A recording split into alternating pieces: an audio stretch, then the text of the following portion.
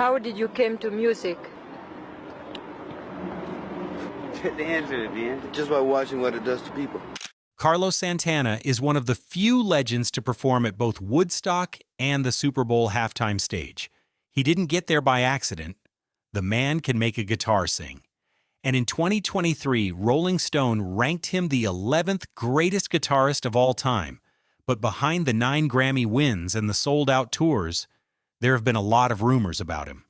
For years, people have wondered what was really going on in his personal life. And now, at 77, Carlos has finally confirmed these rumors. So what's the truth? And why is he speaking up now? How it all started. To get all the answers, you have to understand his roots first and where he came from. Carlos Santana didn't come from money. He was born in a small town in Mexico in 1947, and everything he got, he earned the hard way. His dad played the violin in a mariachi band, so music was always in the house. Carlos picked up the violin too when he was 5, but it was not really his thing. A few years later, he found the guitar, and that's when he started to enjoy this art. When he was still a kid, the family moved to Tijuana. The border town where they started living had everything: street performers, loud music, and wild energy. That's where Carlos really got hooked on music. He watched older kids play American-style blues in the park, and he couldn't believe what he was hearing. It was different from the usual music he listened to, and it was full of feeling. He wanted in. At one point, he became a roadie for a local band called the TJs. They let him carry gear and hang around rehearsals. Eventually, they let him join in. He started out on bass, because the guitarist spot was already taken. But Carlos had other plans. He didn't want to stay in the background. By the time he was 15, he was already playing guitar in strip clubs. However, these were not polished venues. They were always full of drunk men and cigarette smoke. But those were the places that gave him real experience. He saw things he probably shouldn't have. He played through it all. He needed the money, and more than that, he needed the practice. A few years after that, his family relocated again, this time to San Francisco. The Mission District became home, but life didn't get easier. They were still broke, so Carlos took a job washing dishes at a drive-in restaurant. It didn't pay much at that time, but he saved every coin he could. He had 2 goals: to get legal immigration papers and a new guitar. That was it. And then came one of those moments that stick with you forever. Carlos came home one day and found out his mother had taken all the money he had saved to fix his sister's teeth. It was $300. She handed him $20 back, like that would soften the blow. It didn't. Carlos was hurt. He didn't yell. He just left. Took the $20 and went back to Tijuana to play music and figure out what to do next. After a while, he came back to San Francisco. He was still broke, but still determined. He didn't have a bed, just floor space in an apartment full of other musicians. There was no heater, no privacy, just a guitar and some rice and beans, if he was lucky. He didn't even have proper strings. He used whatever he could find, but he kept playing. Most days he played on the streets. Tourists would pass by Fisherman's Wharf, and there he was, barefoot, playing for tips. Some days he made $5, some days less. But people were starting to notice him and his sound, which didn't fit into a box. It was a mixture of blues, Latin, and rock. This humble time of his life was the beginning of something big, stepping into the limelight. Carlos kept playing around the Mission District, still doing the street performances, still jamming in little bars. But people were starting to remember his name. One of the biggest turning points happened because of a random invite. In 1966, a big-time concert promoter in San Francisco, Bill Graham, was in a bind. One of the acts at the Fillmore Auditorium couldn't show up. He needed a quick replacement, and someone mentioned Carlos. Carlos was not famous at that time. He was not even booked, but Bill took a chance. Carlos showed up, played his heart out, and completely stole the night. That one show changed his life forever. From there, everything happened smoothly. Carlos formed a band with a few other street musicians. Greg Rowley was on keyboards, David Brown on bass, and Marcus Malone on percussion. They called themselves the Santana Blues Band. At first, the name was just something simple to throw on a flyer. But it stuck. Eventually, they just dropped the blues band part and went with Santana. The band kept playing all over San Francisco, clubs, festivals, anywhere that would let them plug in. They had no hit songs or any label, just that sound. But then came Woodstock. The Woodstock Festival in 1969 was not supposed to be their big break. In fact, Santana was not even supposed to be there. The band had not released a single album. Most people at the festival didn't even know who they were. But again, Bill Graham told the organizers that if they wanted his help with the lineup, then they had to book Santana. They agreed. And that decision changed everything. Carlos and his band flew in by helicopter. They thought they had hours to relax, maybe even sleep a little, but the schedule changed and they were told to get on stage immediately. Carlos was 22 years old, and just before going up, someone offered him something to calm his nerves. A little too much, actually. Carlos walked on stage fully tripping. He was not just a little dizzy, he was full-blown hallucinating. He looked down at his guitar and swore it was twisting like a snake. Even in that state, even completely out of his mind, Carlos didn't miss. He closed his eyes and played from muscle memory, from instinct. He just trusted his fingers and let it all out. That performance, the one where he could barely see straight, ended up being the one that put him on the map. The footage of Santana playing Soul Sacrifice became one of the most iconic moments from the entire festival. When the band walked off stage, the crowd was shocked. They had not expected anything. Santana walked on as a nobody and walked off as the band everyone was talking about. Within weeks, Columbia Records signed them. And just like that, Santana was in the studio recording their first album. That debut album dropped in August 1969, just 2 weeks after Woodstock. Their first single, Jingo, did okay, but it was the second one, Evil Ways, that changed the game. That song went straight into the top 10. People couldn't get enough of it. Carlos was finally in the limelight, and his good days were just starting. The recognition he deserved. After Woodstock, Carlos Santana and his band went national. The debut album went straight to number 4 on the Billboard charts and stayed there for weeks. That's how it started, and that's how Santana stepped into real success. Just a year later, in 1970, the band released their second album, Abraxas. That's the one with Black Magic Woman and Oye Como Va. These songs became famous everywhere. Radio stations loved them. Fans couldn't stop playing them. And Carlos's guitar became instantly recognizable. You could hear a single note and know it was him. And when Abraxas hit number 1 on the charts, it became clear that Santana was not a one-album wonder. Now let's talk about that guitar.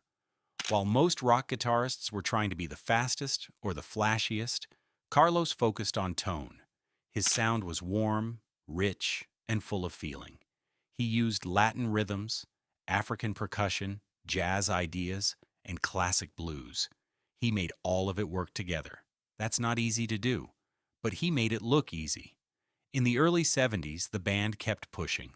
Santana III came out in 1971 and went straight to number 1. More hits, more tours, and more crowds. But what his fans didn't know was that the band was changing. Members were leaving and new ones were coming in. Carlos wanted to explore jazz. He was listening to Miles Davis, John Coltrane, and Gabor Szabo. Some of the others wanted to stick with the rock formula. That tension made things complicated. But Carlos followed his gut. Over the next few years, he leaned hard into jazz fusion. Albums like Caravanserai, Welcome, and Borboleta were made for the soul. Critics loved the shift, but mainstream success started to fade. And even though sales dropped, Carlos kept experimenting instead of backing off. He recorded solo albums. He worked with jazz legends. He played what he wanted, even if it wasn't the popular choice. In the 80s, Santana came back to radio with songs like Winning and Hold On. He was still putting out albums and still touring, but nothing could prepare anyone for what would happen in 1999. That year, at age 52, Carlos Santana released Supernatural, and this album exploded. Hits like Smooth with Rob Thomas and Maria Maria were an instant hit. The album sold over 30 million copies worldwide. It won 9 Grammy Awards in one night, tying a record set by Michael Jackson. And just like that, Carlos topped the charts again, at 52. That's not common in the music world, and he pulled it off like it was nothing.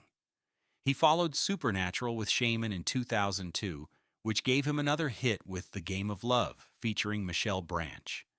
He kept the collaborations going, working with Seal, Steven Tyler, Lauryn Hill, Eric Clapton, and so many others. He was blending pop, rock, Latin, and R&B without losing who he was. He made his sound fit with whoever he worked with, not the other way around. Carlos also got a Kennedy Center honor in 2013. He was inducted into the Rock and Roll Hall of Fame in 1998. And in 2023, Rolling Stone ranked him the 11th greatest guitarist of all time. He was ranked even above Eric Clapton. That's saying something. Even now, he has not slowed down. He still performs live shows, especially in Las Vegas, where he has had a residency for over a decade. He tours with his wife, Cindy Blackman Santana, on drums, and his son Salvador in the band too. It is a full family affair. They do Maria Maria live, they play the classics, and they bring serious energy. Audiences still show up, still scream, still vibe with every note. And don't forget, Carlos is one of the very few artists who has had a top 10 album in every decade since the 1960s. That's 6 decades of staying power. He has also built a career outside of just making records. He launched the Milagro Foundation in 1998 to support underprivileged kids around the world. He opened a chain of Mexican restaurants. He even launched his own cannabis brand called Marayo. He is everywhere, and not just in music. But his life has not always been that smooth. In fact, there came several moments in his life when he was about to end his life. So, what happened? Personal life. For decades, Carlos Santana carried pain that no fame or money could fix. He was a musical genius on stage, but off stage, his personal life was full of heartbreak and memories he tried to bury. The biggest wound was what happened to him as a child. When he was just 10 years old, Carlos was sexually abused by a friend of his father. It was not just once. It happened over a long period. The man, an older American, would take Carlos across the border, buying him toys, clothes, and ice cream, and then would hurt him. It stopped only when the man physically hit him in public, and people finally noticed something was wrong. But the damage was already done. Carlos kept it a secret for years, and like many victims of child abuse, he blamed himself. That guilt sat in his chest like a stone. Even as he became one of the most iconic guitarists in the world, that trauma followed him into adulthood, especially into his relationships. In 1973, when Santana was 26, he married Deborah King, the daughter of blues musician Saunders King. At the time, Santana was riding the high of his early fame, and the marriage seemed like a perfect match. But as the years passed, the relationship started falling apart. Other than being his wife, Deborah became his business partner, manager, and co-founder of the Milagro Foundation. She was the one who handled the contracts, the tours, the money. In short, everything that helped Santana stay afloat during times when he admits he had no clue what he was doing financially. They had 3 children together, and for over 3 decades, they looked like one of the rare power couples in the music industry. But in reality, Carlos was struggling. In fact, he has confirmed the rumors himself and admitted that during their marriage, he was unfaithful and cheated on his wife many times. Deborah herself wrote about it in her 2005 memoir, Space Between the Stars. She revealed the pain, the betrayal, and how deeply his actions hurt their family. That book forced Carlos to admit the truth. He publicly confessed to cheating, saying he deeply regretted what he did. He admitted he was not thinking clearly back then, and that his actions came from a place of confusion and unresolved pain. But even that level of honesty could not save the marriage. In 2007, they got divorced after 34 years together, and that's when everything started to spiral. The divorce hit Santana harder than anyone expected. The woman who had been by his side through decades of music, fame, and business was gone. And that heartbreak brought back the shadows from his childhood. He said the pain was so deep that he attempted suicide 7 times. He never went into full detail about how he tried to end his life, but he did say that during those dark moments, a quiet voice would always speak to him. The voice would say it was sitting next to him. Wasn't that enough? Whether it was his faith, his conscience, or something divine, Santana believes that voice saved him. He would light candles, look at a picture of Jesus, and remind himself that life, even painful life, still had value. These moments of suicidal crisis were the result of a lifetime of emotional pain he never processed. And for a while, Carlos truly believed that death might be better than going through it all again. But somehow he climbed out of it. Eventually, Santana found peace in his spiritual beliefs.